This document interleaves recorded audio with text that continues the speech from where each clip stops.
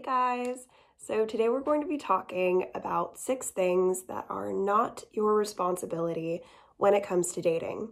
So sometimes we can grow to feel a sense of obligation that we have to deal with certain things in dating that doesn't really make sense when we pull it apart and analyze it. So whether it's pressure you're feeling from society in general, people outside of the situation, or that person that you're interacting with, I think it's good to just take a step back sometimes and think these things through in a way that's really just based on logic and your own preference instead of your sense of emotional attachment to that situation or that person or your previous experience that has led you to believe these things. So before we get into the video, I wanted to say a big thank you to everybody who watched my advice about dating older guys. Everybody who subscribed and commented. It always means so much to me when anybody comments under an advice video asking for advice about their own specific situations. It just meant a lot to me because I haven't made a video in like 2 months, which is the longest I've gone without making a video, just because school started up for me in the spring. But you guys commenting and leaving so much encouragement for me really motivated me to not only try to start being consistent again, but also to try to make videos that I feel are coming from a new perspective or that I really feel passionately about. So yeah, let's get into the 6 different things that are not your responsibility in dating. Number 1, it is not your responsibility to convince somebody to see you as human. Everyone is deserving of foundational respect, consideration for their time, for their emotions, and consideration not to lie to them or misinterpret things to get what you want out of them. Or just the way you talk to people. You are not more deserving of respect or patience or kindness than anybody else. You know, unless somebody proves themselves to be a bad person, I think everybody is deserving of kindness and patience and communication. So some people, whether they were spoiled growing up, they were made, through how they grew up to believe that this kind of behavior is okay. Maybe they learned through example by their parents, or they decided to take on this persona in order to avoid getting hurt, in order to feel like they have the control in every interaction. Whatever it is, they need to deal with it on their own. And, maybe you could say something to them about the way they treat people, but I don't think it's worth it because you don't deserve to have your emotions shaken any more than they've already been. And it's just important to get out of that situation because some people will always be talking bullshit. Some people will always be trying to convince you of a different reality that has nothing to do with the truth, just so that you will further service them, because those people benefit from you not understanding that what they're doing is wrong, not understanding that you are inherently deserving of the same level of respect as anyone else. So, number 2, it is not your responsibility to keep someone interested in you by playing games. If being yourself isn't good enough, then the two of you aren't meant to be together. It's either because you two truly aren't compatible or you just want different things and are in different times in your life.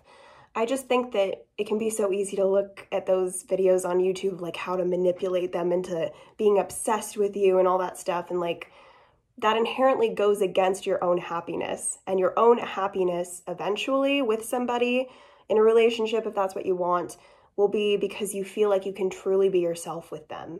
And honestly, if they're the kind of person that would have left you if you hadn't played games and, confused them, given them mixed signals and made them, brainwashed into thinking they need your validation, if that happening had to occur in order for them to eventually be in a relationship with you, I think that they're lesser people. And I don't mean that their value is less. I think that they just have more to learn and they aren't really ready for a relationship if that is what they value more than you being yourself, more than somebody who's kind, more than somebody who's honest.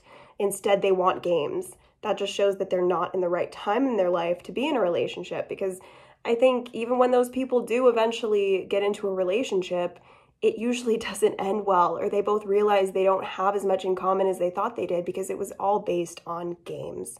Number 3, it is not your responsibility to see through someone else's facade. This one is so important. If someone is concealing that they have abusive or careless tendencies until you've gotten more comfortable with them. Some people will say you should have seen it coming, which I hate so much. The toxicity of others is not your burden to bear.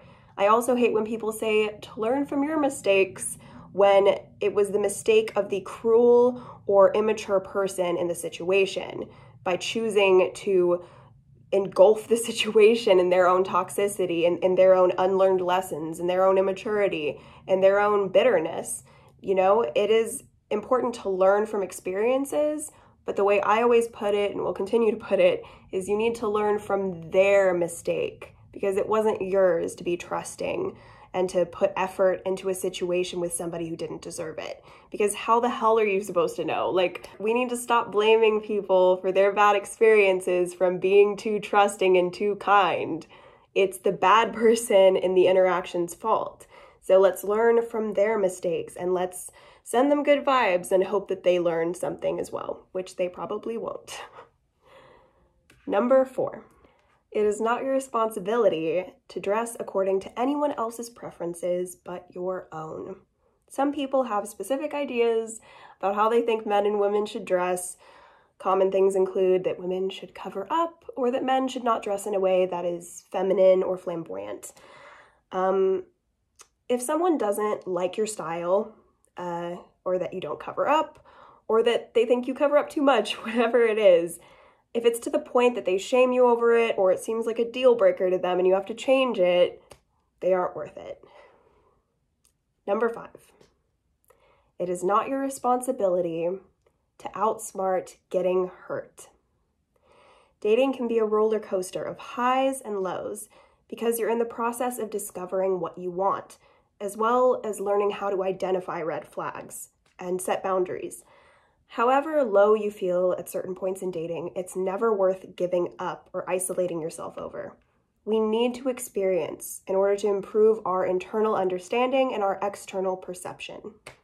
Number 6, it is not your responsibility to refrain from sex or have sex in order to keep anyone interested in you. If they pressure you to be more intimate with them than you're ready for, that means they have an underlying sense of entitlement that will continue to get worse the more that you let it slide. If, on the other hand, you feel like you have to refrain from intimacy in order to avoid getting played or lose interest from that person, I'll say just this. If two people are intimate and then they grow apart, it usually just means that one of or both of them were attracted to certain things about the other, but you were not altogether compatible. That on its own is nothing to be upset about. I personally think we should teach ourselves to celebrate the moment with humility without feeling entitled to the person you shared some good times with. All different kinds of attraction can be wonderful to experience. But with all that being said, just big disclaimer, what can make it a big problem is the level of maturity that two people have in a casual interaction, or one where it just doesn't move past the first few phases of dating. If someone is a bad person, the interaction you have with them would have been bad no matter how serious things got. So in a way, it's better to realize that they were a bad person before things got serious, instead of letting years go by, wasting your life with a jerk just because you don't want to lose someone's attention. I don't mean to say if you sense a bad vibe from somebody, you should still get physical with them. Not at all. What I'm saying is that you shouldn't have sex or refrain from sex for any other reason than because you want to or you don't want to. That can totally be for your own reasons, but if it's because of social pressure from any direction, it isn't fair to you to limit yourself just because we as a planet are still in the process of viewing sexuality in a healthy way. So, clearly that is more directed at women, but men can feel pressure too in that area, like how men are sometimes made fun of for not having slept with a lot of girls, as though it makes them less of a man. Both genders may suffer social pressure in this area. So yeah, those are the 6 things that you should feel no pressure about because it is not your responsibility. Thank you guys. It was really cool to just make another script for the first time in a while and sit down and make a video about something that I care so much about. It just feels good to talk about something meaningful again that I think is important because I really want to open up conversations about these topics. So if you want to leave a comment down below of a question you have or advice I could cover in a later video, I always love seeing those comments, or you can DM me on my Instagram. I always leave it linked down below. And I try really hard with my Instagram. I like doing photo shoots a lot, so if you want to see content like that, feel free to follow me down below. And yeah, thank you guys so much, and I will see you guys in the next one. Bye.